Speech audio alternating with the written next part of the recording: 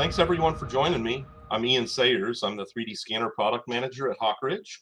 I'm joined by Matthew Fisher, an application engineer who specializes in doing all kinds of useful stuff with scan data. So the topic for today is creating visuals. Preemptively, yes, this shoe really is that bright in real life, and yes, it is a 3D scan. So visually centric applications have really exploded in the last few years for a variety of reasons.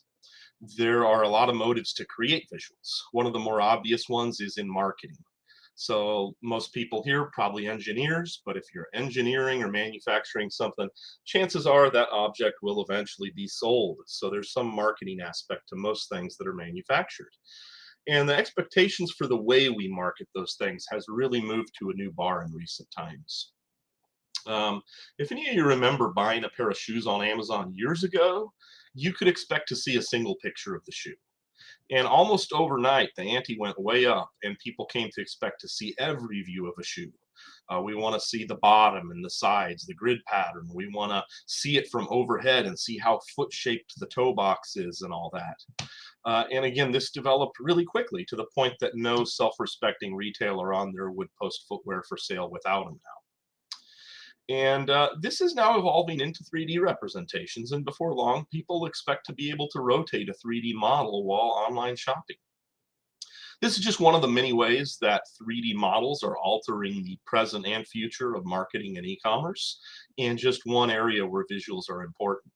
We're seeing other areas with rapid growth like AR and VR, which the military has made a huge initiative and devoted an entire annual conference to called Tear 3M. We also have all kinds of research in museology cases, the latter of which have really been pushed into the arms of augmented reality and virtual reality by a pandemic that's kept people out of public spaces. And the result has been a renewed focus on digital exhibits, something we'll be exploring a little more. Those of us who do trade shows may have had similar experiences, gotten used to seeing empty aisles and discouraged faces behind the booth. And the natural response for some of us has been digital trade show booths like this one, at least for the companies lucky enough to have had the technical capabilities in place soon enough to put one together. So this pandemic pushed a lot of industries in the same direction. It's clear that the future involves more digital representations, and we were always trending in this direction, but the pressure now is unexpectedly stronger than ever.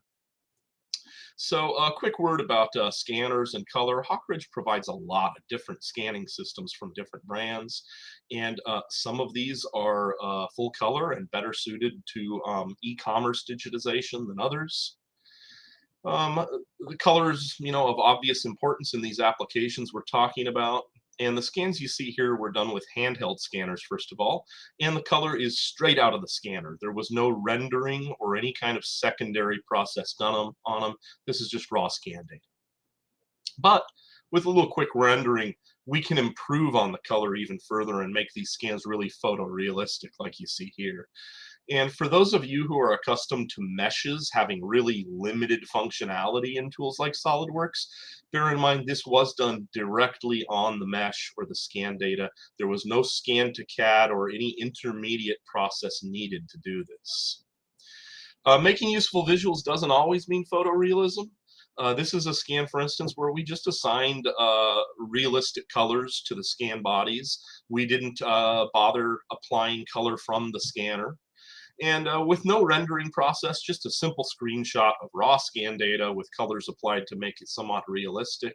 So you don't necessarily need a full color scanner, depending on what your end game is. Even without one and without having access to CAD files or going through that scan to CAD process, we can produce scans like this where we can differentiate components by assigning them various colors. They can be realistic colors like the last image or arbitrary ones like here, only meant to help differentiate between components. And we can turn those components on and off and see how internal features interact with each other. And this is obviously useful for diagnostics, but on the visual side, it's priceless for instructional materials and training. That goes for traditional classroom stuff and augmented reality. And it's just as useful for a salesperson describing the function of these things in the field. It's handy if you want to familiarize someone with a potentially dangerous object without the actual danger, or if you want to show them how to dismantle a machine without incurring any downtime by actually dismantling it. And because we can spin and rotate and zoom and navigate behind obstructions and hide things, these models are infinitely better for that purpose than simple photos or 2D diagrams. We can mix things up. We can include hands, arms, whole people. The human factor is of obvious importance when it comes to understanding the scale of objects, how to grip something, or for instance, why it might be important to grip an object like a tool or a weapon system in a certain way in order to avoid injury. And we can visually demonstrate right and wrong ways of doing things with added clarity. And if we're using a color scanner, we can even include features like warning labels in our AR fly-throughs and retain the all-important role that color plays in communication. Then we have stuff like digital exhibition, museology, and research in branches like archaeology and pathology, a surprisingly large number of our customers, where visual elements play a dominant role in understanding these objects. And they can also help the public appreciate these objects on a new level. Even in a pandemic, even if you're disabled, if you can't cross an ocean to go to the British Museum, you can examine exhibits on a level that aren't even possible in a museum. You can rotate, you can get closer than glass would allow. You can see the backs and bottoms of objects that might not be visible in your typical showcase. For instance, here are some people crowding in to view one of the most impressive Aztec monuments ever, the statue of Coatlique. But unfortunately, even if they can muscle their way in close, they actually can't appreciate the whole thing because even the bottom of the feet of this statue is carved. But of course, that's not an issue with the digital representation. You're free to rotate that model all you want and look at the bottom. So this isn't just some compromise forced on us by a pandemic. There are a lot of other ways other than just not jostling for space in which digital models add to the experience and make it more immersive rather than being a second best substitute for it. And while most of us don't deal in Aztec statues, the ability to see these hidden features that would normally be obscured is a potential advantage in all the applications we're discussing. So we just scratched the surface in terms of application, but I think that's enough. If you're in this room, no doubt you have your own reasons for wanting to do this. I can intuit that 90% of you are motivated by either e-commerce or augmented reality. So without further ado, let me turn this over to Matt Fisher, and he's going to show us how we go about creating these visuals in the first place. Thank you, Ian. Hello, everybody. My name is Matt, and I am an application engineer here at Hawkridge that specializes in 3D scanners and reverse engineering softwares and what to do with 3D scan data. And I'm going to talk more about what it is to work inside of Visualize with 3D scan data and how you can incorporate that in your current workflows. So I like to start off with just a couple of photos and screenshots of renders, just comparing them to real life photos so you can see how, even though this is done inside of Visualize, it's still pretty realistic to an actual photo. And sometimes it can be pretty hard to tell the difference between a photo and an actual render. So when it comes to working inside of Visualize with mesh data, if you've ever used Visualize, you've pretty much got the workflow down. There really isn't a difference between using a solid body and a mesh file inside of Visualize. Here we are importing in an STL file into the software. We could also import in OBJs to bring in the color, but an STL file is a blank mesh file. And you're not just limited to just STLs, you can actually import in both solid bodies and mesh files into a single workspace. Once you have your object inside of here, we can go into our Appearance tab or our Materials tab and just start dragging and dropping different materials onto our 3D scan. And we can even adjust our scene setup. So if we have this statue, we can make it so it's a more realistic outdoor lighting. And what we can do is with these kind of PBR or physical-based rendering appearances, we can see how the curvature of our scan affects the material type. So it gives it even a more realistic look and how that lighting is bouncing off of our 3D scan. There are other things we can do, such as setting up an HDR environment, which gives it an even more realistic lighting scenario for our scene setup. And we kind of just rotate our part around whenever we're ready. And once we have it into an angle that we like, we have the lighting that we like, we just go up into our tools tab and we can start our render. So, like I said, we can also combine this with solid body information. So if we do have a prismatic part that we want to combine with a 3D scan, well, they can work seamlessly together. We can bring them into the same scene, apply the same materials to both of them. And when we're ready, we just go in and create our render. And in a few seconds, we have a screenshot of what our finished product would look like. So that's the typical workflow. Now, when it comes to working inside of Visualize, it's a pretty straightforward software. We have our main render preview right in the middle. This shows us when we click our render, what will be actually generated in the render. We can rotate this around in 3D space just like we can in SOLIDWORKS to adjust our camera's angles and positions. Or we can go up into the render modes and position tools at the very top and manually move these using a box selection or add in turntables. We also have ways to adjust our render mode so we can see what a more realistic preview of what our render would look like within our render preview space. So just to make sure our lighting looks exactly how we want. The most important tools, however, are going to be on our right side.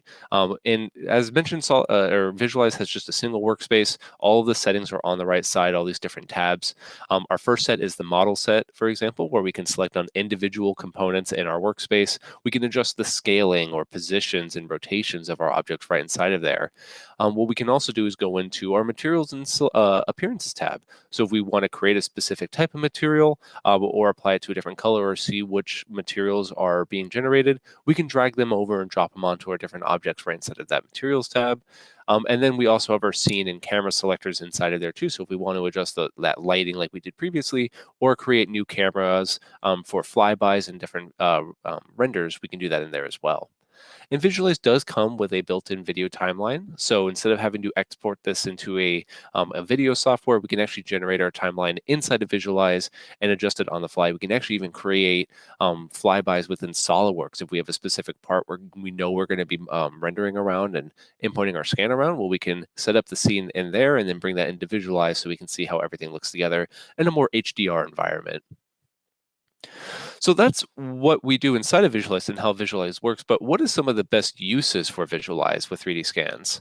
Well, I think the most important one and the one that I see quite a lot is just being able to adjust the materials so quickly inside of Visualize. So if you've ever, worked with certain materials or objects, you're going to maybe want to have like a carbon fiber version or a steel version. Well, what we can do inside of Visualize is we can take that STL, that OBJ file, this 3D scan, bring it into Visualize like we have on this left side, this brown couch made out of felt material. And when we want, we can just quickly create a new material or a new color and just drag and drop that from our appearance tab onto the STL. So in this case, we have at first, like I said, that brown couch, and then we want to see what that couch will look like instead of infill as leather, or maybe change that brown material into a blue. Well, we just create the appearance, we drag and drop it on, and then we have both the realism of our 3D scan with the HDR environments and lighting, so that way we can see all the curvatures of our 3D scans as well and adjust it on the fly. Another really good use is just being able to duplicate your objects. So everything on the left side has been a 3D scan: the notepad, the pencil, and the controller. And if we want to create more coffee cups for a specific scene, well, all we have to do is just Control C and Control V all of our 3D scan those objects, and then duplicate them and move them into the proper position. And again, our lighting adjusts around this, and all these objects have their own individual settings. So if we want to maybe make a controller that's made out of glass or out of leather or velvet, well, we can do that and just drag it onto those individual components inside of our workspace, and then we can see how they all interact with one another and how our scene is now set up. And again, if we want to adjust it even further, well, we can rotate it individually, really saving time on being able to have to get that perfect setup. You can do it right inside of Visualize and quickly work around it. So another really good use case, as Ian talked about this a little previously, is being able to create disassembly walkthroughs. So in here, we have a setup with that with this grinder about taking it apart. And what we do is we set it up ahead of time. We get all of our parts into the proper position, and then we could just create a render and then hide the one component, create a new render, hide it, and go from there. So that way we have a breakdown of our disassembly. And because we have the ability to adjust the colors of components individually, what we could do is we can make all the material a specific color except for the one that we want to focus on. Let's say we're talking about removing the grind wheel. Well, we can make the grind wheel pop up with a certain color while everything else is just a monochrome color. And we can go from there with removing it and making animations around that. Or we have something like on the right side where we have the screwdriver rotating around in space. We can, while it's rotating, remove individual components so we can see what the internals look like at different angles. And if we want to see what it looks like, in this case, a steel versus some kind of other plastic material, well, again, we can adjust it on the fly in our video animation. So that way we can show to customers exactly what all angles of our product would look like and how they look like internally. So when it comes to the actual scan to render workflow, there really isn't any additional needs to be able to get your 3D scans to work inside of Visualize. If you already are working with 3D scans, then you've pretty much done 2/3 of the workflow right there. So in this case, we capture raw scan data with the Artex Space Spider, is what was used to scan this object. We process our data just like we process any other raw scan data. And Artec does have color capabilities, so we can take the color right from our scanner and apply it onto our mesh. Or we could just have the blank mesh file that we just export out from Artex Studio. Once it's brought out of Artex Studio, we bring it inside of Visualize. There's no intermediate step. You don't have to bring it into another kind of rendering software or editing software to convert it into something workable in Visualize. It just can go right from the Artex Studio or whatever meshing software into Visualize. And then once it's inside of Visualize, we just can adjust those materials and begin rendering. So it's pretty straightforward with the whole workflow. Again, if you've already worked inside of Visual or your rendering or meshing software to create a mesh, then you've pretty much done the workflow. Some people like to bring it inside of other softwares like Freeform to add a bit additional changes to the mesh, but overall that's not really needed. And another thing to emphasize about Visualize is that there really isn't a size limit. You can bring in multi-million triangles or thousands of objects inside of Visualize, and it doesn't slow down the components or anything like that. It's based around the computer's hardware. So if you have a computer that can render, create a mesh from 3D scans, then your computer can very likely run Visualize and import in millions of triangles at once. So why we see a lot of people making this change, I just want to give a scenario. Traditionally, let's say we have a component, we want to create a bunch of renders for it. Well, previously we'd have to manufacture all of these components, transport it into a studio, take all these photos with the specific lighting and repeat these steps if we ever have to make any kind of changes. This could take a lot of time, storage, and even just transferring the parts is very difficult. But with 3D scan technology, all you have to do is create your one base model. And then from there, you can take that 3D scan, bring it into your rendering software, or in this case, Visualize, and then just start adjusting the materials right off the bat. And this can all be done by a single person in a single space. So that eliminates the need to have this large inventory of different components and that need to transfer it around and work with a bunch of different people to create your renders. And if you have to create something extra, maybe you want to make a new version of the part and you've already got everything made, well, then you can just, again, go inside of Visualize, create a leather material for the leather object, and you don't have to manufacture a new one. So that's where we see a lot of really good use cases coming in handy for using Visualize to represent your parts. Now, there's a lot more we didn't really touch on. For example, inspection, being able to see a realistic render of a part so you can see how markings are on it, or again, going back to heritage, how exactly something would look like in its realistic environment. But with that, I'm going to send it back over to Ian, and we are happy to answer any questions. Awesome. Thanks, Matt. That was awesome. You make it look easy, probably because it is easy. This stuff is not something to be intimidated by. So we have a few minutes for Q&A, and while we're doing that, you'll see I have my personal contact info up the screen. It's going to stay there. If you have questions that are too long or too sensitive to post here, if we run out of time and don't get to you, if you want to see a demo on something specific, jot down my info, take a screenshot here. If you have questions, we definitely want to hear from you. And a quick word on the platform, it looks like the Q&A tab is not working for everyone. So if you posted a question in Q&A, go ahead and cut and paste that and do it in chat instead, and we're going to post our questions in the chat tab. So feel free to fire away with your questions. In the meantime, I will cover some that were in the Q&A that worked for some people. So one of them I see was asked before Matt actually answered the question. is there a hard limit on either polygons or objects in Visualize? And the answer to that was no. It's really a matter of computer hardware. Someone says, what scanner did you use for the arms in the grinder scan? That was an Artec Ava. That could be also easily accomplishable with a scanner like the Artec Leo, which is a wireless one. There are a few that could work. Can you create VR environments in Viz? I think that's a Matt question. Yes, you can create some pretty realistic environments. Like I said, those HDR environments are really handy to create specific lightings, or you can take import in photos that you've taken to be the background. So if you have an outdoor setup, you can bring in an outdoor HDR environment, take a photo of that outdoor scene, and then use that as the background and lighting for your object. And that actually answers one of the other questions, which is, can you place things in a realistic environment like a living room? So yes, you absolutely can. Visualize has, various scenes you can use, and there are more you can get your hands on. Someone asked, which version of SolidWorks does Visualize come with? That's an easy one. It comes with Pro and Premium. Someone says, do you guys offer this as a service? Can we send you batches of objects to scan and render? Yes, we can. If you email me with the contact info up on screen, send me some pictures of your objects, and we can provide you with a quote. Oh, let's see. Do you have a list of recommended 3D scanners, beginners, intermediate versus expert? We do, and this is a deep discussion that we can get into. There are many pros and cons on any given scanner. Like I said at the beginning, there are some scanners that are especially well suited to things like, color rendering and visualization.